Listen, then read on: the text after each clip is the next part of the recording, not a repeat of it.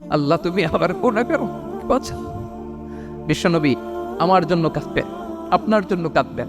বিশ্বনবী পাগলের মতো একবার হাউজে কাউসারে যাবেন, একবার সিরাতে যাবেন, একবার পুলসিরাতের দিকে, একবার হাউজে কাউসারের দিকে পাগলের মতো দৌড়াতে থাকবেন। তার কোনো গুনাহগার উম্মত যাতে জাহান্নামে ঢুকে না যায়। সেদিন কেউ সুপারিশ করতে পারবে না বিশ্বনবী ছাড়া। কিয়ামতের ময়দানে ওই বিভীষিকাময় সময়ে মুসিবতের কালে মানুষগুলো পাগল হয়ে সাইয়েদনা আদম আলাইহিস সালামের কাছে যেয়ে বলবে, ইয়া আবাল বাশার ইয়া আউয়ালাল আম্বিয়া, ও আদম নবী, আপনি দুনিয়ার বুকে প্রথম নবী। আল্লাহ নিজ হাতে আপনারে 60 হাত লম্বা করে বানিয়েছেন, আপনার সম্মানে ফেরেশতাদেরকে সেজদা দিতে বলেছেন। দুনিয়ার প্রথম নবী, প্রথম মানুষ আপনি। আপনি আল্লাহর যে সুপারিশ করেন যেন আল্লাহ বিচার শুরু করে। আদম আলাইহিস সালাম বলবেন, আমি পারবো না, কারণ আল্লাহ আমাকে একটা নিষিদ্ধ গাছের কাছে যেতে নিষেধ করেছিল, আমি ভুল করে এই গাছের ফল খেয়েছি। নাফসি নাফসি, আজকে আমার কি হবে আমি জানি না, আমি বড় লজ্জিত। আমারে যদি আল্লাহ জিজ্ঞেস করে কেন খাইছিলাম, আমার কোনো উত্তর নাই, তোমারে বাঁচাবো কেমনে আমি? নবীরা থার করে কাঁপবে সেদিন।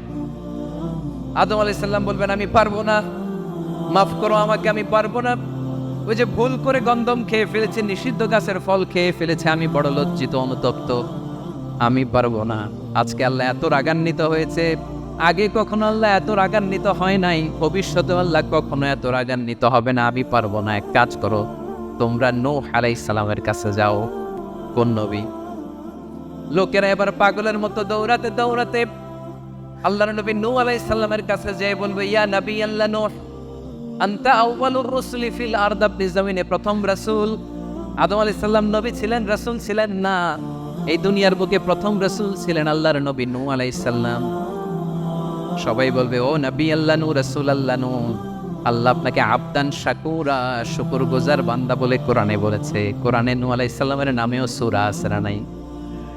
আপনি আল্লাহর প্রিয় বান্দা, প্রিয় রাসূল। দেখেন আমাদের কি দশা, ঘামতে ঘামতে শেষ। জমিনটা তামার জমিন, সূর্যটা মাথার কাছে, কি করবো আর পারি না, ঘামতে ঘামতে আর কত ঘামবো, কত দাঁড়িয়ে থাকবো। আল্লাহরে যে বলেন বিচার যেন শুরু করে। নূহ আলাইহিস সালাম বলবেন, আমিও পারবো না, আমিও পারবো না, আমি আমার ছেলের জন্য এক কথা বলে ভুল করে ফেলছি। যখন মহাপ্লাবন হবে আমি বললাম, আল্লাহ আমার কলিজার টুকরা সন্তান রে বাঁচান। আল্লাহ বললেন, ও নূহ, সে তোমার সন্তান না, কারণ সে ঈমান আনে নাই, সে পাহাড়ের উপর দাঁড়িয়েছে, দেখি কেমনে সে বাঁচে।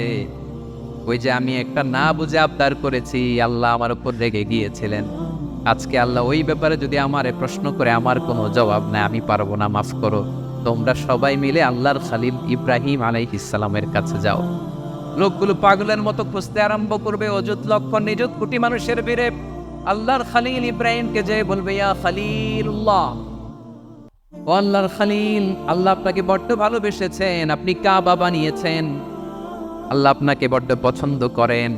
দেখেন আমাদের কি অবস্থা, আপনি যে আল্লাহর কাছে সুপারিশ করেন যেন আল্লাহ আজকে বিচার শুরু করে।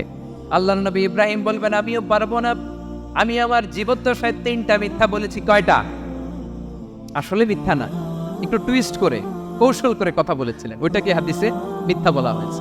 আমি জীবনে 3টা মিথ্যা বলেছি, জীবন বাঁচানোর তাগিদে কৌশল করে 3টা কথা বলেছি। আজকের এই কঠিন ময়দানে আল্লাহ যদি ওই 3টা কথার ব্যাপারে জিজ্ঞেস করে, লজ্জায় আমি মাথা দেখাতে পারবো না, আমিও পারবো না, আমিও পারবো না। আজকে আল্লাহ এত রেগে আছে, আগে কখনো এত রাগে নাই, পরেও রাখবে না। তোমরা সবাই মিলে বনি ইসরাইলের নবী মূসা আলাইহিস সালামের কাছে যাও। সবাই এবার যাবে মূসা আলাইহিস সালামের কাছে, যে বলবে, ইয়া নবী আল্লাহ মূসা, আপনি ছিলেন কালিমুল্লাহ, আল্লাহর সাথে সরাসরি কথা বলতেন। রব্বুল আলামিন আপনাকে তাওরাত কিতাব দিয়েছেন, আপনি যে একটু সুপারিশ করেন। আল্লাহর নবী মূসা বলবেন, মাফ করো, আমিও পারবো না, আমি দুনিয়ার বুকে ভুল করে একটা মানুষকে মেরে ফেলেছি। আমি মারছিলাম আদব শিক্ষা দেওয়ার জন্য এক থাপ্পড়, এই থাপ্পড়ে যে ওই লোক মরেই যাবে আমি জানতাম না। আজকে আল্লাহ যদি জিজ্ঞেস করে কেন মারলা, জবাব আছে, ওই লজ্জায় আমি অনুতপ্ত, আমি পারবো না, আমার এই কথা বলো না। আজকে আল্লাহ বড্ড রেগে আছে, আমি পারবো না। তোমরা আল্লাহর নবী ঈসা আলাইহিস সালামের কাছে যাও। কিয়ামতের ময়দানে মানুষগুলো পাগল পাড়া হয়ে আল্লাহর নবী ঈসা আলাইহিস সালামের কাছে যাবে, যে বলবে, নবী ঈসা আপনি রূহুল্লাহ, বাবা ছাড়া আল্লাহ আপনাকে বানিয়েছেন, ইনজিল কিতাব দিয়েছেন, মৃত মানুষকে আপনি জীবিত করতে পারতেন, আজকের এই কঠিন বিপদের দিনে আপনি আমাদের সাহায্য করেন। আল্লাহর কাছে যে বলেন যেন বিচার শুরু করে। ঈসা আলাইহিস সালাম বলবেন আমিও পারবো না, ইন্নী উবিদতু মিন দুনিল্লাহ, আমার উম্মত খ্রিস্টানেরা আল্লাহরে বাদ দিয়ে আমি ঈসার ইবাদত করেছে।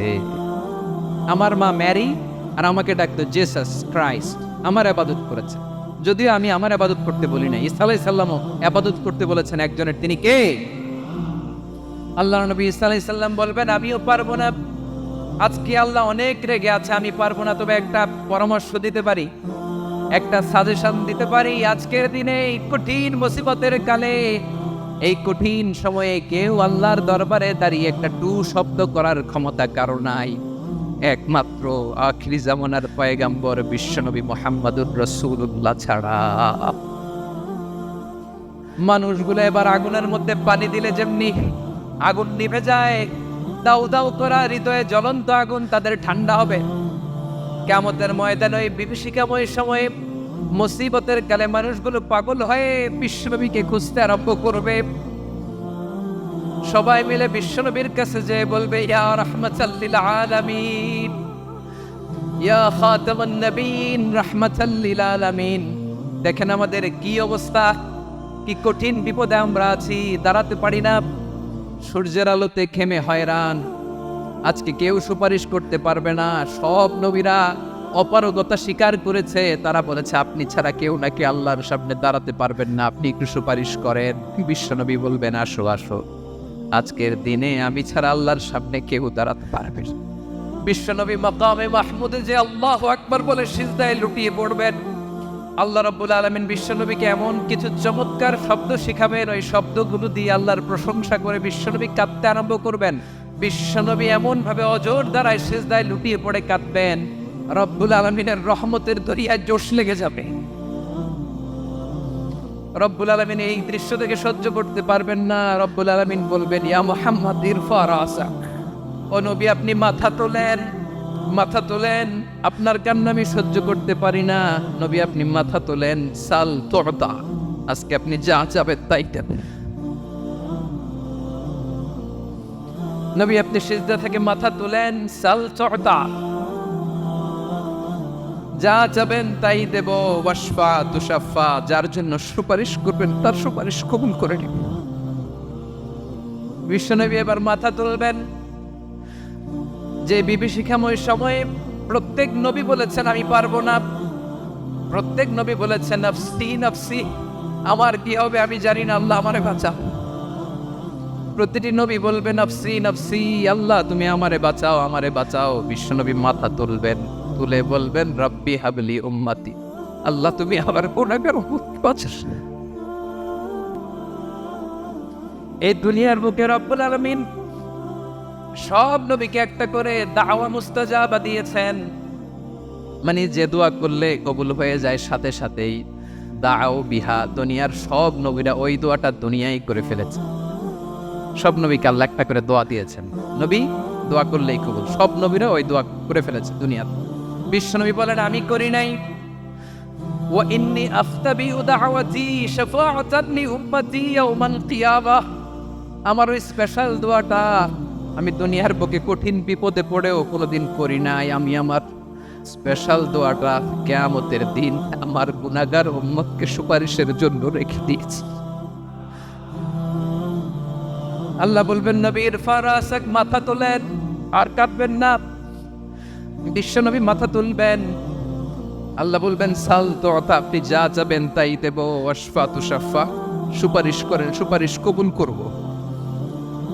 বিশ্বনবী বলবেন আল্লাহ ওই স্পেশাল দোয়াটা দুনিয়াতে করি নাই, আজকে আমি তোমার দরবারে দাঁড়িয়ে কিয়ামতের দিন ওই দোয়াটা করছি। আল্লাহ আমার যে উম্মতের হৃদয়ে যাররা পরিমাণ ঈমান আছে, আমার একটা উম্মতকেও তুমি জাহান্নামে ঢুকাতে পারো। আমাদের জন্য সেদিন কেঁদে কেঁদে জাহান্নামের দরজায় দাঁড়িয়ে আমাদেরকে টেনে টেনে জান্নাতে ঢুকাবেন।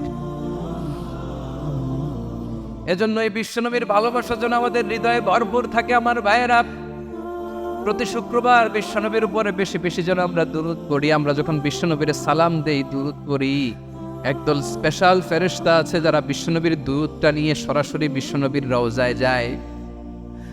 যে বলে অমুকের বেটা অমুক আপনারে সালাম দিয়েছে, বিশ্বনবী নিজ কবরের থেকে নিজেই সালামের উত্তর দেয়।